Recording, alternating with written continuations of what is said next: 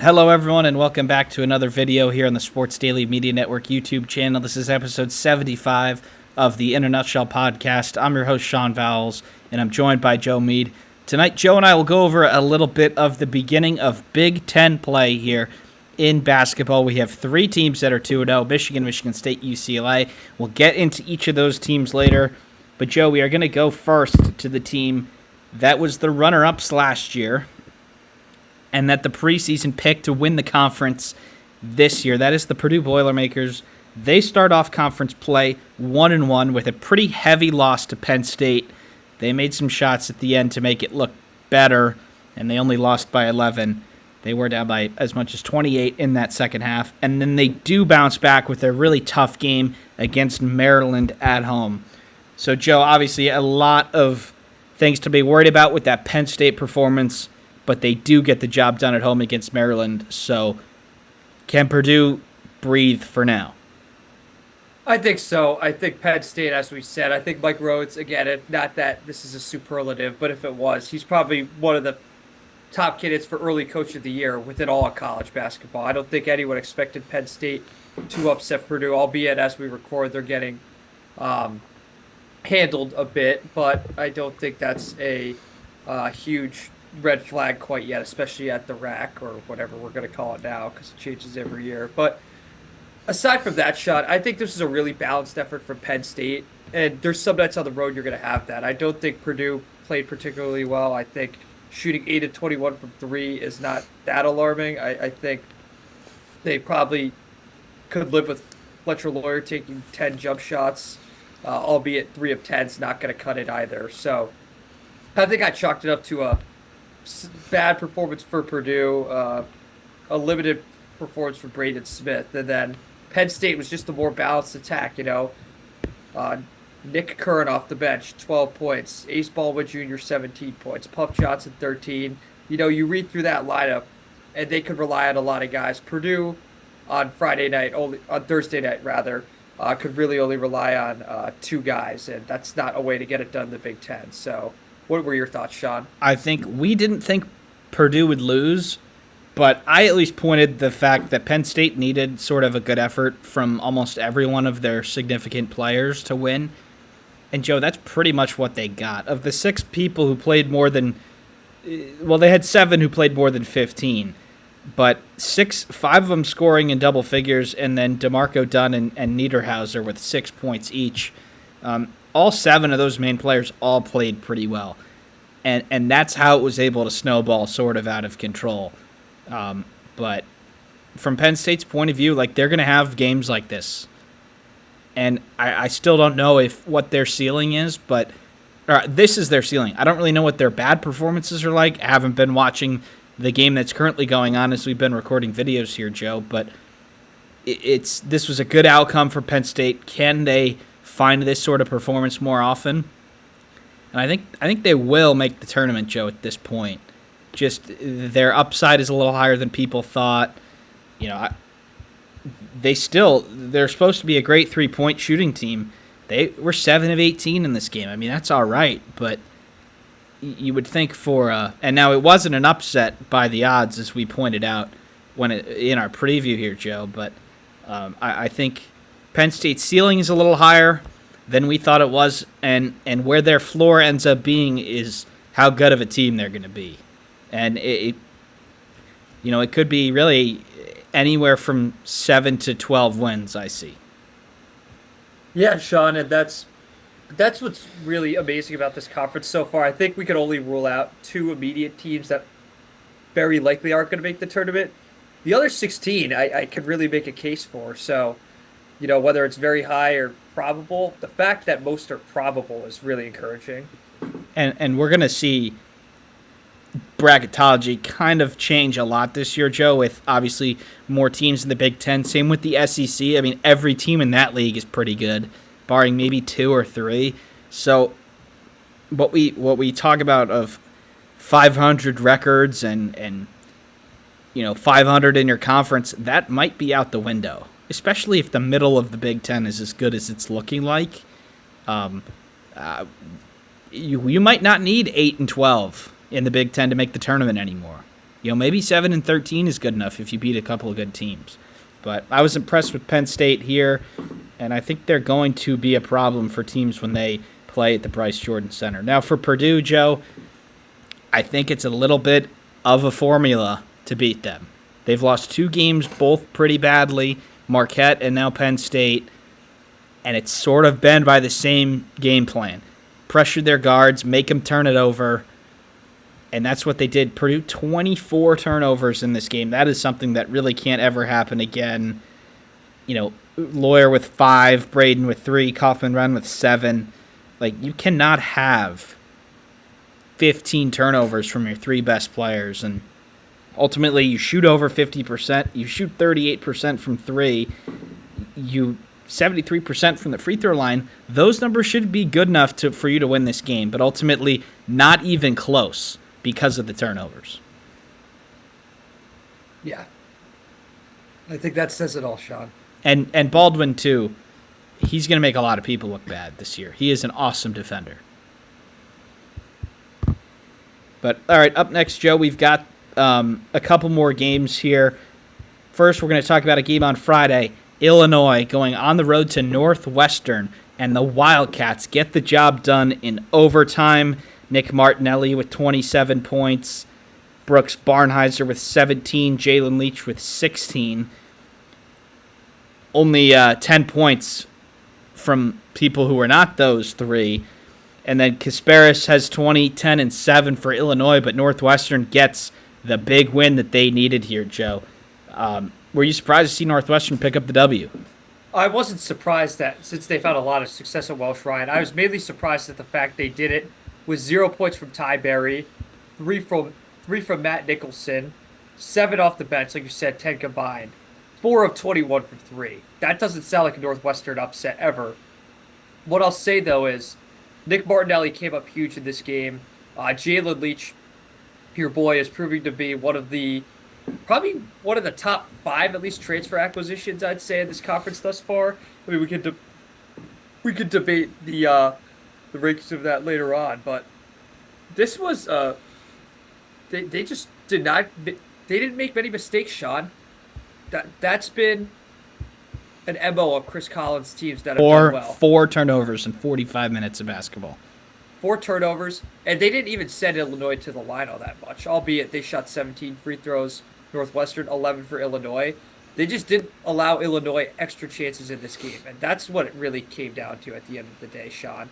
Even in rebounding, 44-44, I do think Illinois out-rebounded them on the defensive side, but total rebounds, 44-44. And that's how Northwestern won this game, Sean. I think they just allowed Illinois very few chances. They gave them one. They didn't foul, and they allowed Illinois to kind of just shoot themselves out of it. 9 of 34 from 3. I don't think we'll be seeing that very often, especially with that number of attempts from Underwood teams. As this team progresses, I think they'll find more ways to beat you offensively. So it's good Northwestern got them now before they fully developed into like late January, February. Yeah, this Illinois offense did not look very good here, Joe. In Illinois' first loss of the year against Alabama, they just couldn't really hang with them. It was a track meet. It was 100-87. But giving up 66 points to this offense in 45 minutes, that's really impressive. Obviously, the shooting numbers don't look good for Illinois. I think this Northwestern defense, if they're not turning it over, if they're not fouling, their 2-point shot defense is good enough. And the other team has a bad night shooting the 3, and you're going to lose. It's just, I didn't really see Illinois really being this shut down offensively. And you got to give credit to Northwestern. They've gone through just about, they were missing Barnhizer, Berry, still not 100%. So I still think we haven't seen the best from them either. Illinois is an important one against Wisconsin tonight, Joe, both of which are 0-1 teams. One of those teams is going to be 0-2 in the league. And Wisconsin, we talked about their loss to Michigan last week, Joe. They did back that up with a loss on the road at Marquette in the Big East. I don't know how much of this one you caught. They hung tough for a lot of it, but at the end of the day, Marquette was just a better team. Cam Jones with 32 points, and John Tonji struggles with just 14. Joe, do you think we're seeing Michigan, water finding its level here? Wisconsin, you mean? Sorry, yes, Wisconsin. Uh, I don't want to say so, Sean. I do think we called out this ridiculous stretch of games they have, at home to a Michigan team that's now within the top 15, and that's a game Wisconsin, as we went over last time, easily could have won. You go away to Marquette, and then you're going straight to Champaign-Urbana. That's ridiculous. And then Butler, I mean, come on. Butler is getting smoked by North Dakota State right now. But Joe, here, I think I'll be a little bit worried if they don't really play well tonight against Illinois. Now, they still could play well and lose a close game, and then you'd be like, all right, we lost 3 games to 3 good teams. But I think we saw a look through the cracks of this team early when they were blowing out some teams that maybe we didn't expect. Turns out Arizona's not all that great. I do think there is a chance that Wisconsin did hit their peak a little bit too early. And in this Marquette game, Joe, I think they played pretty well for most of it. Marquette is really good. And Yeah. until that stops, as long as you can use that excuse, I think they're okay. But maybe they're just not as good as it appeared they were. Yeah, Sean, I think it was good that Max Klesmit got going. I mean, the first, like, let's call it what it is, Sean, 8 games, he was not himself. This time, 6 of 11 from 3, 22 points. John Blackwell, he's just going to be a guy if he stays in this league, which I assume he would. He's going to be a guy for the next 2.5 years that's going to torture Big Ten coaches, whether it's getting offensive rebounds, whether it's getting like ridiculous contested layups. He's a bit of a problem. I've watched him since high school. He makes the other coaches tear their hair out, or in which case tear their scalp out at a certain point because they won't have any left to tear out when he's on the floor. So I do think Wisconsin, I really do think it's been one bad half in these 2 games. This was the second half where it kind of got out of hand to Marquette. But they played an even game against Illinois. I don't think I'm going to be worried. Now, if they do lose to Illinois and Butler, no matter how those look, that's just bad in general because you go from 8-0 to 8-4 in a 4-game stretch where, let's face it, Sean, they probably had to win 1 or 2 of these. So definitely not on high alert yet for Wisconsin because some of the support guys are playing well, and I do think Tanji will find his footing. But if that was a one-off for Klesmit and Tanji continues to struggle, I'm not going to be very thrilled with the Badgers.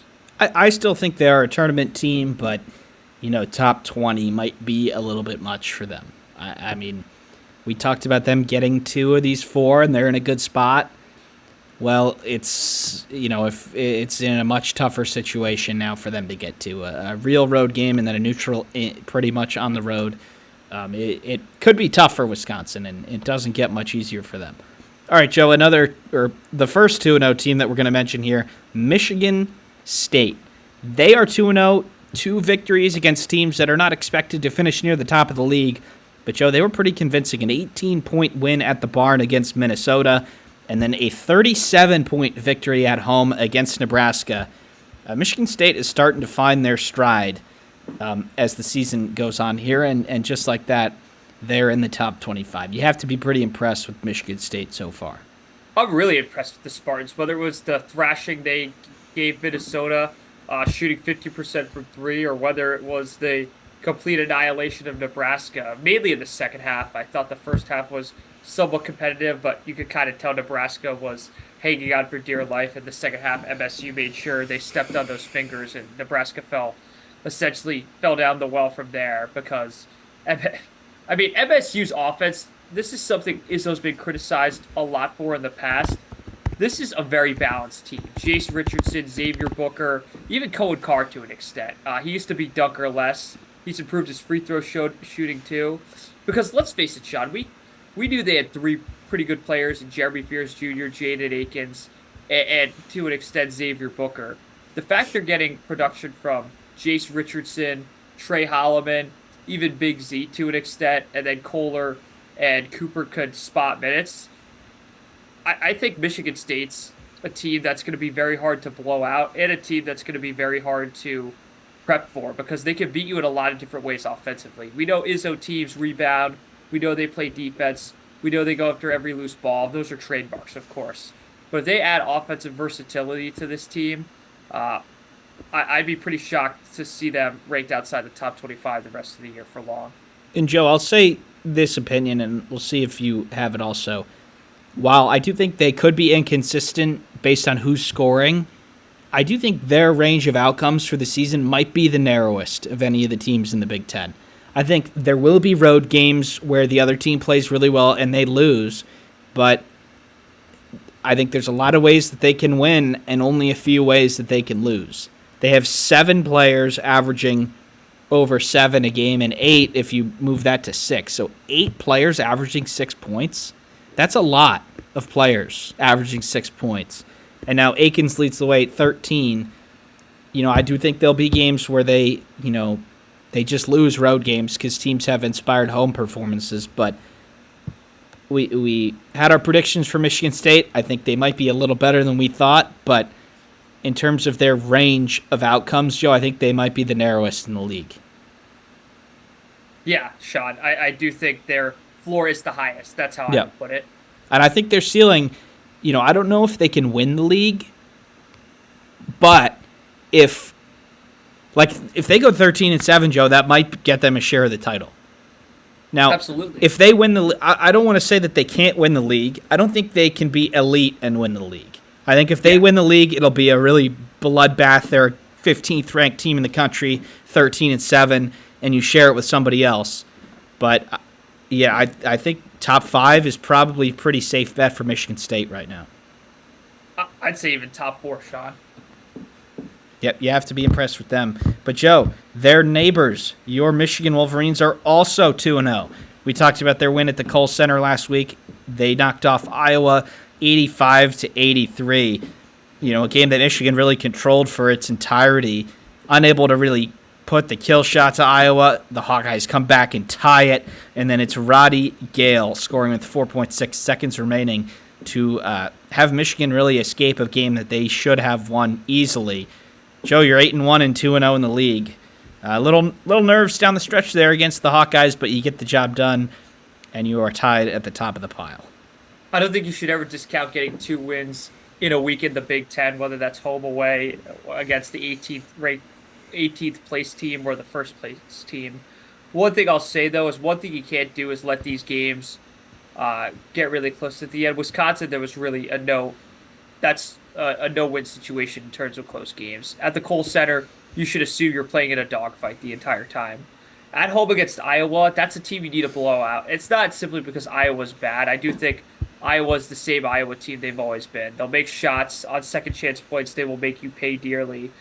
But usually when you get a 15 to 16 point lead on them, if you're conservative enough, you take care of the ball and you don't give them second chance points, you're not going to blow that lead. Michigan did that immediately in the first half, and they did it multiple times in the second half where they got up to 8 or 10 point leads and let Iowa hang around.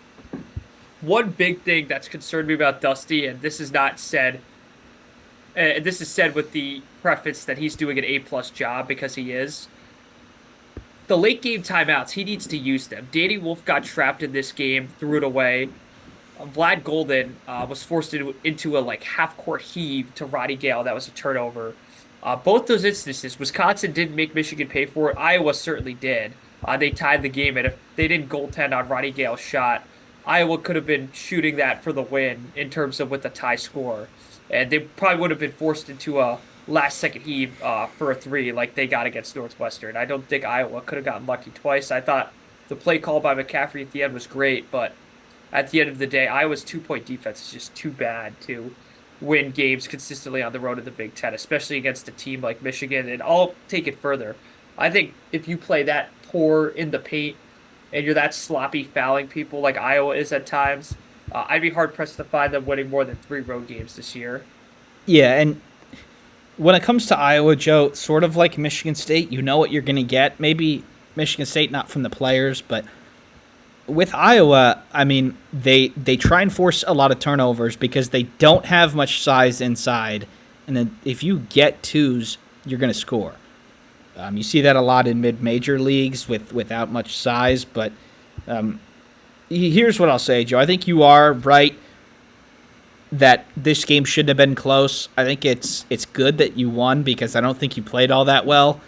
And there will be a game where the turnovers do lose you the contest. Whether it's tonight against Arkansas or in the future, there will be a game that it does cost you. But it's a good sign that it's not so far, Joe. And these things are fixable. You can take care of the ball better. You can, you rebounded fairly well here. You win by 15. They did get 15 offensive rebounds, but to win the rebounding battle by 15, you made your free throws. You still didn't make threes. I think this ceiling for Michigan is a lot higher than we thought because I don't think they're very close to it right now. And they're winning games relatively easily. We'll see how they look after Arkansas and Oklahoma. And for those who don't know, Arkansas has really struggled this year, especially on the offensive end. And Oklahoma, they're 13th in the country. They have not beaten a team that's projected in the NCAA tournament yet. So these are good opportunities for victories. You can win them. You should win them. And we'll see where Michigan goes from there. But, Joe, anything to add on your Wolverines before we move on to the third and final undefeated team? I think we're all good on that, Sean. All right, well, there's technically two more because my Hoosiers are 1-0 with the win against Minnesota, but we'll save them for later in the week after their game against Nebraska. But, Joe, it is your UCLA Bruins, your pick to win the league, 2-0. They beat Washington at home as expected, and then they go on the road and hand Oregon their first loss of the year. Really an awesome game all around if you did catch Big Ten After Dark here on the West Coast. UCLA was in control for most of the second half. It looked like they gave it away when Jackson Shellstad hit a huge three, but it was Dylan Andrews who sent a three off the backboard and in with 0.4 seconds left. And Mick Cronin and UCLA get their first major win in the Big Ten. Joe, this UCLA team is fitting the mold and play style of the league. It's pretty clear already. Yeah, Sean, they do all the little things right, and that's not shocking or a shot at Mick Cronin like some new UCLA listeners might on Spotify. I want to call out my guy, Eric Daly Jr. Only 23 minutes, but 7 of 8 from the field, 19 points, 3 of 4 from 3. Might want to work on the free throws a bit, but aside from that, Sean, we called out he could be a potential breakout player. I thought there was a lot of potential for him out of high school, whether that was immediately or eventually, and I think we're at the eventually part. I think this young man could break out at any point, and I think this could be his coming out party. I really did. So that was really good to see for UCLA, especially as Sky Clark struggled, and Tyler Bilodeau, who's been pretty good all year, I want to mention, Sean, only contributed 7, 3 of 11 from the field. So UCLA, they have a lot of talent. Sebastian Mack's off the bench too. He practically plays starter minutes. They can beat you in a lot of different ways. And I do think 2 of their bench players, whether it's Mack or Stefanovic, would be starting on most teams in the conference. So this is a great roster, and I don't think anyone should get that twisted in any manner. And I think the New Mexico loss, which is a shame, does a lot of kind of perverted the idea of UCLA being a bad team in a way because that was the second game of the year. But one thing I'll say, Sean, is I'd much rather be UCLA now than New Mexico based on the way each team's looked since that game. Yeah, it's just one time since then as you have UCLA not covered, Joe. And while they haven't played a traditional Big Ten team yet, I do think they'll fit the mold. They have really for years in their play style. And they have serious depth, like you said, a lot of good players. And I think some people were turned off on how unexpected last year was for them, and they've really struggled with a team that probably shouldn't have. But you get a couple of those players that Mick Cronin liked on that team back with a couple of other players. I still think there's more in the tank for them. Sky Clark just 4.9 points per game. Kobe Johnson, the transfer from USC, he also just 7 points a game. So I think there's a couple of more players who haven't really hit their stride yet for UCLA. And for the rest of the conference, Joe, that is dangerous because, like you said, I think they're going to win a lot of games because they are pretty far away from everybody. Obviously, anybody going in there, unless you're USC, is going to be, a long ride. Even for Washington and Oregon, that's not very close. But they do have a couple games that I want to talk about before they return to Big Ten play, Joe. 3 pretty marquee matchups. You got Arizona on a neutral in Phoenix. The Wildcats have fallen off a little bit, so a good opportunity for a win there. You play North Carolina at Madison Square Garden in the CBS Sports Classic. Ohio State and Kentucky is that other game. And then you play Gonzaga in the Intuit Dome in Inglewood, California. So, Joe, 3 power conference opponents for UCLA to sort of wipe the unfortunate smell of that home loss to New Mexico out of the way. But a lot to look forward to for UCLA before they play another Big Ten game. Absolutely, Sean. I think them and Michigan are in similar positions. You're already 2-0 in the conference. I think you ask any fan or coach in this league whether they'd be 2-0 in the conference or 0-2 in some of these power games against like a North Carolina or Gonzaga, for example. I think they'd take 2-0 in the Big Ten in a heartbeat over the 2-0 against North Carolina and Gonzaga unless they harbored some kind of grudge against Hubert Davis or Mark Few. That's why I think these next, maybe not so much the Arizona game, but definitely the North Carolina and Gonzaga games, I look at those as house money if you're UCLA, because at the end of the day, I think they're poised to win a lot of games in this conference, even if they don't win it like I predicted. I think and really see themselves pretty well for March. The Arizona one is a little different, Joe, because they are in the Big 12. That league is loaded. They might lose a lot of games, Arizona. So you might have to win that one if you're UCLA. But North Carolina's in the ACC. They're not a very good team, but they're still going to win a lot of games. That league stinks. So if you can beat them here and then they can go win some games for you in the ACC to make that win look better, I think that's certainly possible for UCLA. And then Gonzaga. I mean, that's a great opportunity for a neutral court win. You would think you'd have more fans with it being in Inglewood, California. I think that's where SoFi Stadium is. Not entirely sure how close that is to UCLA. Should be reasonable distance to expect their fans to get there. Certainly closer than Spokane, but I think things are looking pretty good for UCLA, Joe, really. Yeah, Sean, I think I'll put it to you this way. There are going to be very few teams after this week's over that are going to be 2-0 in the Big Ten. So if you're Michigan, Michigan State, or UCLA, I think you're taking your lucky stars. And Indiana will have a chance to join them as they play Nebraska on the road on Friday. Penn State, the only other team without a loss, Joe, and they are coming back against Rutgers, down just 7, so they might be 2-0. What a start for them that would be. But the last thing here before you wrap it up, Joe, is there's only 15 teams going to the Big Ten tournament. That means 3 are being left at home. I think it's pretty clear who 2 of those 3 teams are. I think Washington and Minnesota are really going to struggle this year. Both have really good players, but other than that, they are surrounded with mid-major type casts, whether that's Dawson Garcia or Great Osibor. But, Joe, another team has to join them at home. And at this point, any idea who that might be? Gee, Sean, I really can't because, like I said, I think every other team thinks that they can make the tournament. Absolutely, Sean. And even a Nebraska, a Rutgers to an extent with the 5-4 record, there's easy arguments against that. The talent on Rutgers' team, Steve Peichel, Nebraska, Fred Hoiberg, USC. I mean, I don't think Eric Musselman's going to be sitting home that early in March. That's just my crazy prediction. So I'll say this. Whoever that 16th team is, even including a Washington or Minnesota, I bet you that team beats 2 of the top 4 teams, the 16. That's how crazy this league can be or will be for years to come. So I think that's unfortunate, but it also speaks to the excitement that this league's going to provide the fans. Yeah, I think there are a lot of tournament teams here.